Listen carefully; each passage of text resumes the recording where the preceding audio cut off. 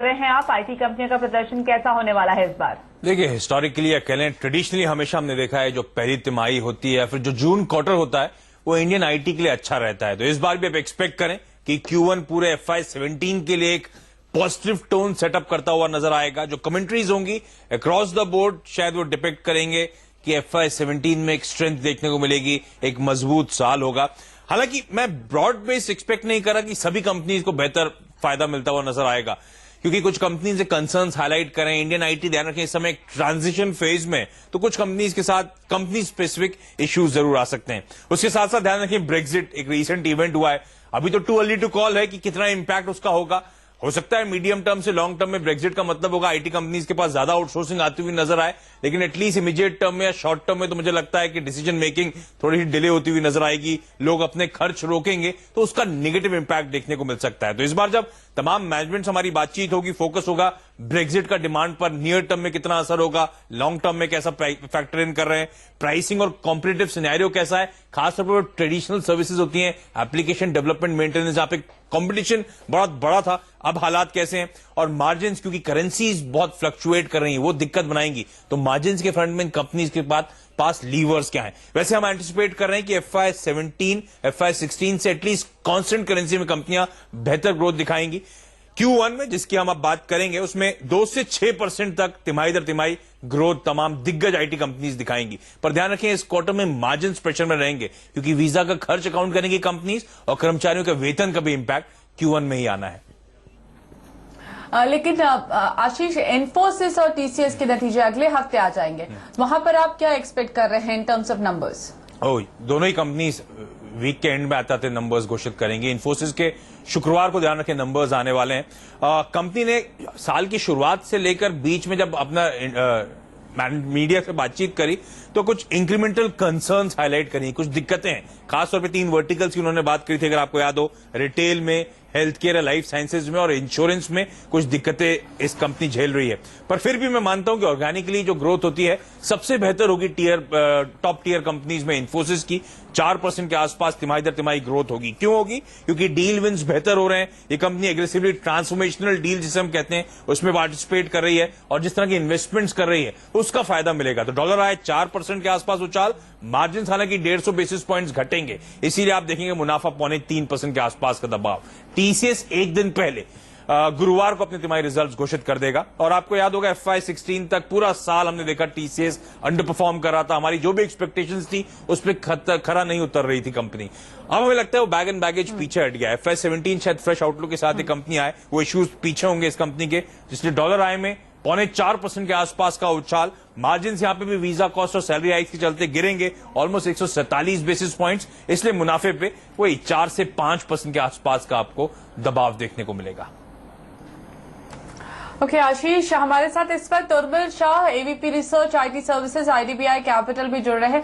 उर्मिल, आप क्या उम्मीद कर रहे हैं आईटी स्पेस पे? क्या बड़े कंसर्न्स आपको दिख रहे हैं कि इस तिमाही में दिख सकते हैं, और साथ ही आपको क्या कहीं आउट परफॉर्मेंस की उम्मीद है? कहां से सपोर्ट मिलेगा आईटी कंपनीज को?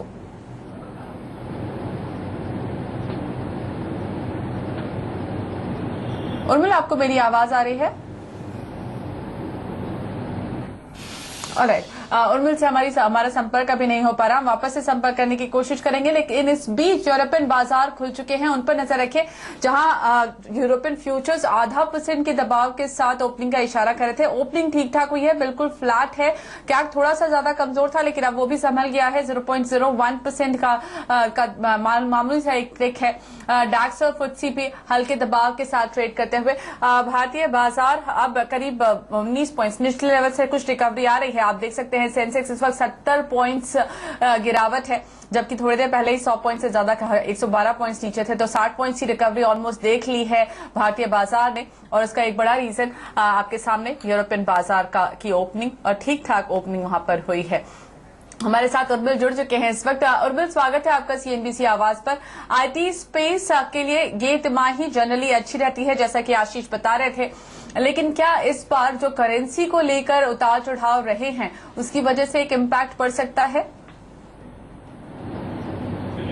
हाँ, सो Q1 generally seasonally strong quarter होता है और जैसे आपने बात की क्रॉस करेंसी मूवमेंट की इम्पैक्ट, इनफैक्ट ये क्वार्टर में क्रॉस करेंसी बेनिफिट रहेगा, स्पेशली GBP और जापानीज येन के वजह से। बट ये जो डिप्रिसिएशन हुआ ये करेंसी में वो towards the end of the quarter हुआ था। सो सेकेंड क्वार्टर ऑनवर्ड्स उसका नेगेटिव इम्पैक्ट दिखाई दे सकता है। तो ये क्वार्टर में क्रॉस करेंसी का नेट इनफैक्ट बेनिफिट रहेगा अकॉर्डिंग टू अस। ओके, तो बेनिफिशियल हो सकता है, लेकिन इसके साथ साथ वीजा कॉस्ट एक कंसर्न था कि वीजा कॉस्ट बढ़े हैं, एम्प्लॉय कॉस्ट, क्योंकि चौथी तिमाही में जब वो पहली तिमाही में एंटर करते हैं तो अपने लोगों को इंक्रीज्ड सैलरी दे चुके होते हैं। तो ऐसे में ये दोनों फैक्टर्स क्या मार्जिन को ज्यादा बड़ा इम्पैक्ट करने वाले हैं इस बार? Yeah, so normally most of the large cap companies quarter 1 में सैलरी इंक्रीज देते हैं, सो वो डेफिनेटली इम्पैक्ट रहता है वो, पर वो हर साल रहता है। एंड इन एडिशन आपने जैसे कहा कि वीज़ा एप्लीकेशंस रिलेटेड कॉस्ट भी ये क्वार्टर में आता है, तो उसका इम्पैक्ट रहेगा। सो स्पेसिफिकली फॉर लार्ज कैप्स हमें लगता है अप टू 160 से 180 बेसिस पॉइंट इम्पैक्ट रहेगा EBIT मार्जिन्स में। एंड टेक महिंद्रा के लिए कम इम्पैक्ट रहेगा क्योंकि उनका salary increase partly last quarter में भी हो गया था। And in case of Wipro वो उन्होंने जून 1 से सैलरी इंक्रीज दिया था, तो 1 मंथ का इम्पैक्ट रहेगा। And HCL tech throughout the quarters staggered way में सैलरी इंक्रीज देता है, इसलिए उनका इम्पैक्ट कम रहेगा। But for TCS and Infosys full quarter impact रहेगा सैलरी इंक्रीज और वीजा कॉस्ट का। अमंग सर, इस बिग फोर जिसकी हम बात कर रहे हैं, कहां से आपको सबसे अच्छे नतीजों की उम्मीद है? पिछली बार इन्फोसिस ने काफी अच्छे नतीजे पेश किए, लेकिन वहीं TCS से कुछ निराशा हाथ लगी थी। विप्रो लुक्स लाइक कि वापस वहां पर भी कुछ एक पॉइंट्स हैं जिनको वापस से रिव्यू करने की जरूरत है। क्या उम्मीद कर रहे हैं आप? कहां से आउट परफॉर्मेंस दिख रही है आपको? सो मैं आपके क्वेश्चन को दो फैक्टर्स में ब्रेक करूंगा। एक होगा ऑर्गेनिक ग्रोथ और दूसरा रहेगा इनऑर्गेनिक ग्रोथ एज वेल। सो हम सिर्फ अगर ऑर्गेनिक ग्रोथ की बात करें तो हम एक्सपेक्ट कर रहे हैं कि इन्फोसिस आउट परफॉर्म करेगा दिस क्वार्टर। हम एक्सपेक्ट कर रहे हैं 4.2% कॉन्स्टेंट करेंसी ग्रोथ का। इन्हें 50 बिप्स क्रॉस करेंसी बेनिफिट भी मिलेगी।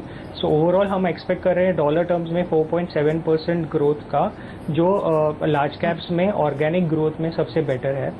अगर हम ओवरऑल ग्रोथ की भी बात करें तो HCL टेक को बेनिफिट मिलेगा कंसोलिडेशन ऑफ उन्होंने वॉल्वो के एक्सटर्नल IT बिजनेस को एक्वायर किया था, जो फुल क्वार्टर कंसोलिडेशन रहेगा इन दिस क्वार्टर। सो हम ओवरऑल HCL टेक के लिए 5.9% ग्रोथ एक्सपेक्ट कर रहे हैं डॉलर टर्म्स में।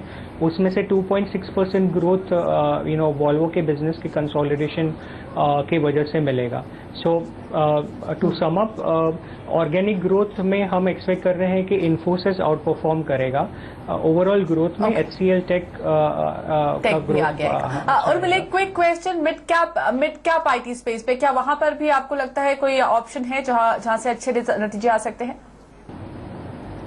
सो हमारे कवरेज में हम साइंट है जहाँ पे हम एक्सपेक्ट कर रहे हैं कि ग्रोथ अच्छा पिकअप रहेगा। सो हम उनके कोर सर्विसेज बिजनेस की बात करें तो हम एक्सपेक्ट कर रहे हैं कि 3% का कांस्टेंट करेंसी ग्रोथ रहेगा। एंड हम इस पूरे साल के लिए साइंट के केस में अच्छा ग्रोथ एक्सपेक्ट कर रहे हैं। Alright Urmil, thanks a lot, आज आपने हमारे लिए समय निकाला। फिलहाल हम लेंगे यहाँ पर एक छोटा सा ब्रेक, और ब्रेक के बाद आज के टॉप बजर्स पर राय लेकर आएंगे कैपिटल वाया ग्लोबल के विवेक गुप्ता के साथ।